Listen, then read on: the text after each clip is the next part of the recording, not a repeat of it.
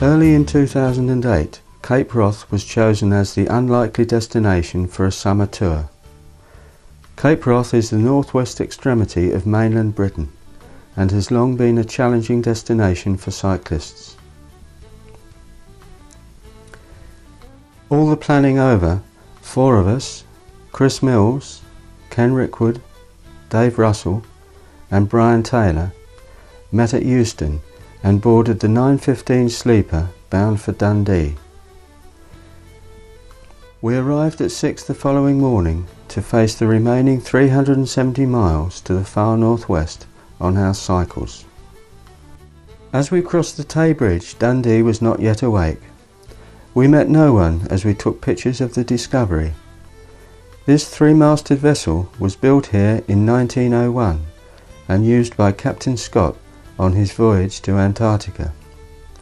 It is now the main waterfront attraction in the city.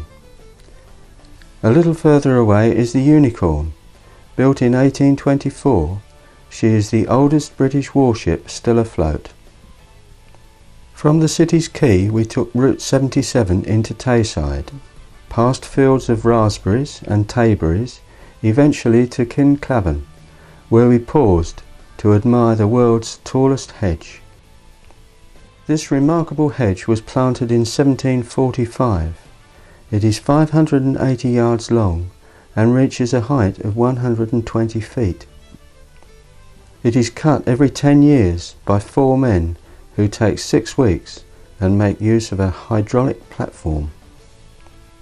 From here we proceeded along Strath Tay to Dunkeld, where we sought out a cafe before exploring the cathedral ruins. Although the cafe was called Full of Beans, they had no baked beans, so we had to make do with fried egg rolls.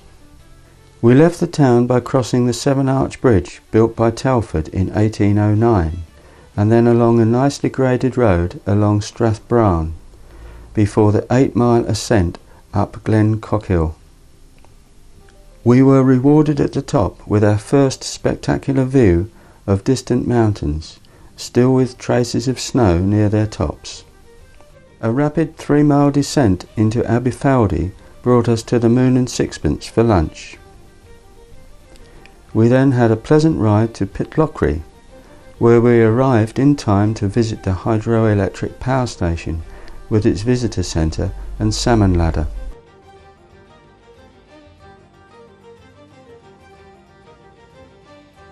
We spent our first night in Scotland in Pitlochry Youth Hostel, an imposing building overlooking the town. The following day was so cold that I bought some gloves, and even the 5-mile ascent out of Pitlochry did not warm us. We stopped at Kirkmichael for elevenses and at the Spittal of Glenshee for lunch. We were now in the Cairngorms and the riding was getting harder. The sunny intervals gave way to rain, only to stop as we reached the summit. By now there was a strong headwind, so even the long descent into Braemar required some pedalling. Refreshed with tea and cakes from the old bakery, we set out west along the Dee Valley.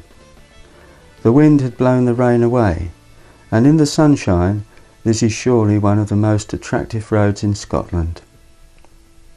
Tonight's hostel is Inverray, small and primitive, but warm and comfortable, and with red squirrels and red deer not too far away.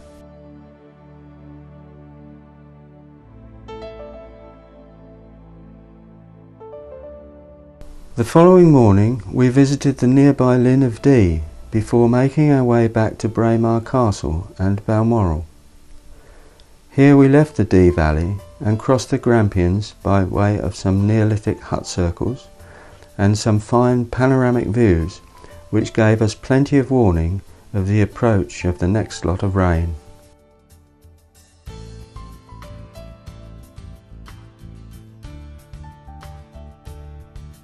The road from Cockbridge rises to 2,090 feet. This is the highest classified road in Britain. We stopped at the summit for a well-earned cup of tea before descending into Tomin Tower. The old school is now the youth hostel, where we were to spend the night. Although better appointed than Inverary, the high ceilings made it cold, so we had our evening meal in the nearby Glenavon Hotel. There are several hotels in Tomin Tower, and some still display the CTC plaques dating from earlier times. The terrain was less demanding as we made our way through the Glenlivet estate to Grantown-on-Spey, where we stopped for 11s in the Coffee House. Inquiries revealed that there was no suitable lunch stop en route, so we bought provisions and headed north. Not far along the road we came across an unusual signpost marked in 1/8 of a mile. And then as we entered Nairnshire, an AA box. We had lunch on a forestry track before reaching Cawdor Castle, where we had tea. We then made our way via Fort George to Inverness. This is a large hostel run on the lines of a budget hotel, obviously very popular as it was fully booked for weeks ahead, but not to my liking. I think I'm more of an Inverary hosteler. We left Inverness by the cycle path on the A9 road bridge across the Beaulieu Firth. We were now heading for the far north, and it was not long before we crossed the Blackwater and reached the wilderness that is Strathvaik.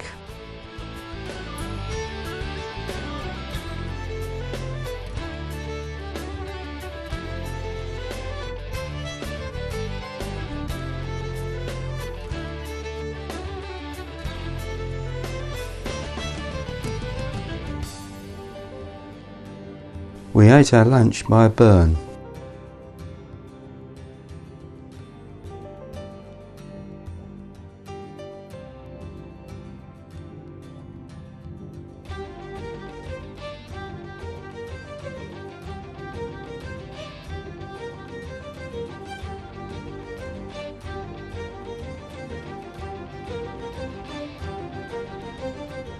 In the wilds of Glean Moor, we came across a herd of seemingly fearless red deer.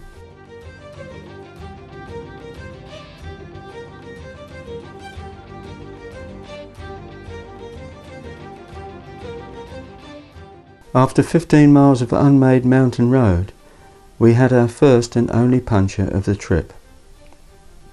We rejoined a surfaced road just before Bonner Bridge, where we spent the night in the Bridge Hotel.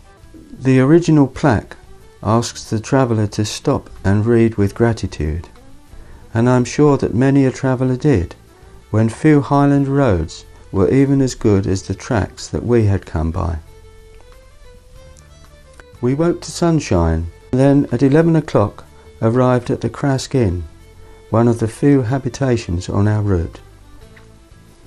Here we refreshed ourselves with coffee and homemade cake, before continuing along one of the most desolate roads in Britain to Altnahara and beyond.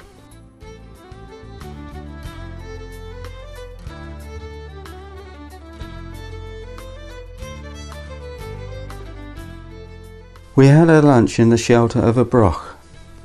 Originally built by Iron Age people over 2,000 years ago, it was used for storage and as a refuge against marauding raiders. Originally, it was about twice as high as today's remains.